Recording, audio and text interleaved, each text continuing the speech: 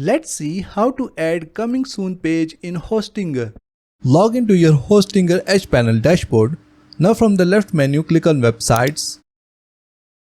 Now edit the website on which you want to add a coming soon page. Click on edit website. Now from the top click on this vault icon and here you will see coming soon mode. Just turn it on from here. Now click on edit coming soon page.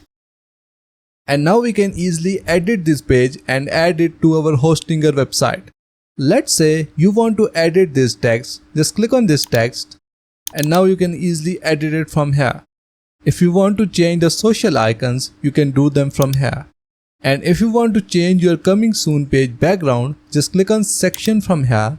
Now click on edit section. Now click on replace image. Select the image. And as you can see that our image is now changed. Once you are done, from the top just click on update website. And in this way our own customized coming soon page will be added to our Hostinger website. So that's it for today. Thanks for watching. Please like and subscribe.